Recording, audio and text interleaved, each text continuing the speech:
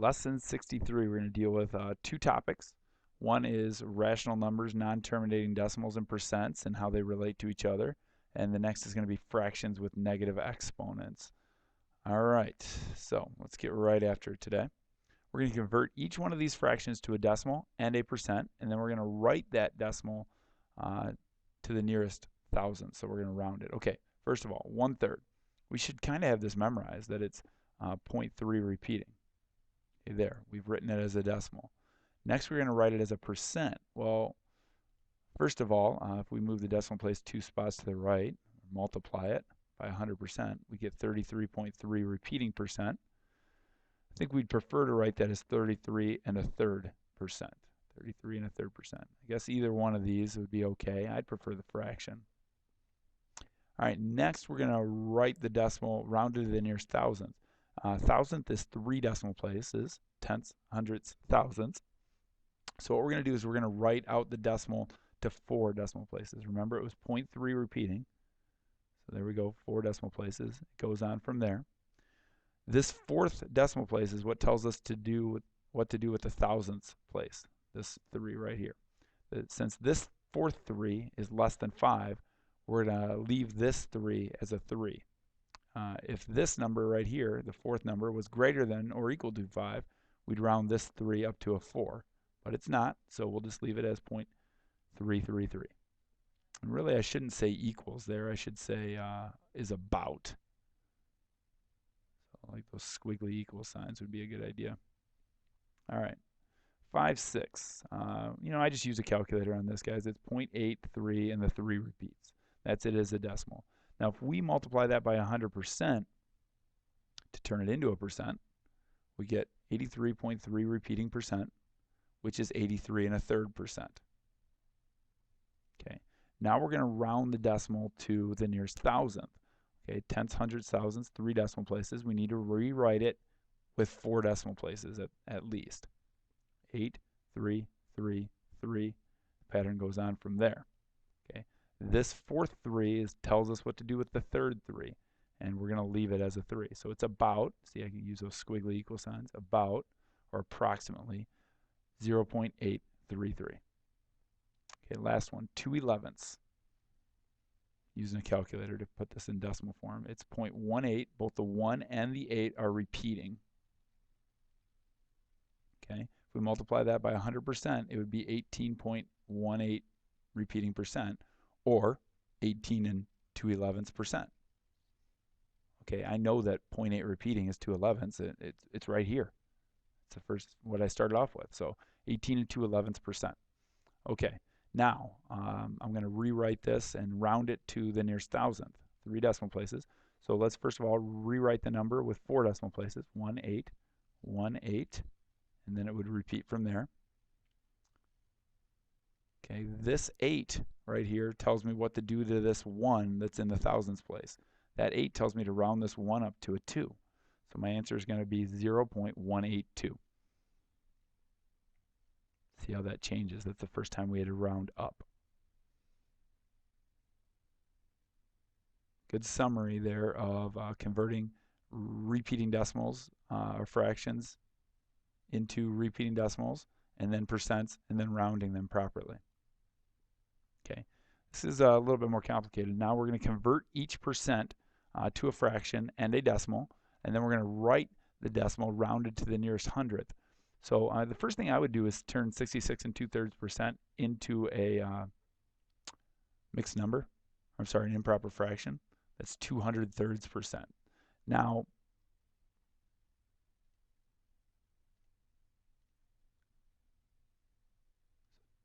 (200/3%) is the same as 66 2/3%.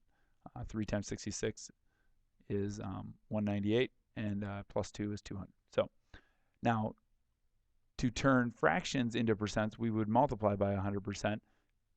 To take them out of percents, we would divide by 100%. So if we multiply this by 1/100th, or divide it by 100, that gives us 200/300, and that simplifies to 2/3. There it is as a fraction. You know what? A lot easier if you just memorize that 66 2/3% is 2/3. But the process will always work. Then we're going to write this as a decimal. We should know that it's 0.6 repeating.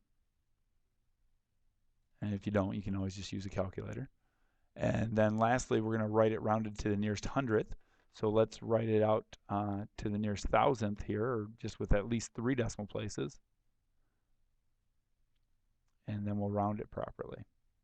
It's about 0.67. This third 6 tells me what to do with the second 6. I need to round it up to a 7. All right, so let's do this again. 8 1/3. I have no idea what that is as a decimal. Okay, I do know that 8 1/3% can be written as 25 thirds percent. And then if I divide it by 100, or multiply it by 1/100th, that'll turn it into a fraction. 25 300ths, which can be simplified to 1 over 12. Okay, and 1 over 12 is, 0.083, and the 3 repeats. Okay, so multiply it by 1/100th. That makes it a fraction. Simplify that fraction, turn it into a decimal. Go ahead and use a calculator. It's just 1 divided by 12, but we'll use a calculator. And then to round it to the nearest hundredth, I'm going to write it out to at least 3 decimal places, thousandths. And then I'm going to use that third decimal place to round the second decimal place. Okay, obviously the third decimal place is going to be a 3. I can tell right here. That 3 is going to mean we leave the 8 as an 8. So it's about 0.08. And lastly, 22 2/9% can be written as 200/9%. We'll multiply that by 1/100th to get it out of percent form and into fraction form. And that simplifies to 2/9. 2/9 is 0.2 repeating. And if I'm going to round that to the nearest hundredth, I need to write it out to the nearest thousandth. And then that third 2 tells me to leave the second 2 as a 2. So example D is the only one where we had to round the hundredths place up. The other 2 we just left down. But you just never know until you write it out to 3 decimal places. Done a lot of these over the previous lessons. Let's arrange these numbers from least to greatest. Okay. I'm going to look at them all in kind of decimal form here. I got 0.16. I got 0.16 with the 6 repeating.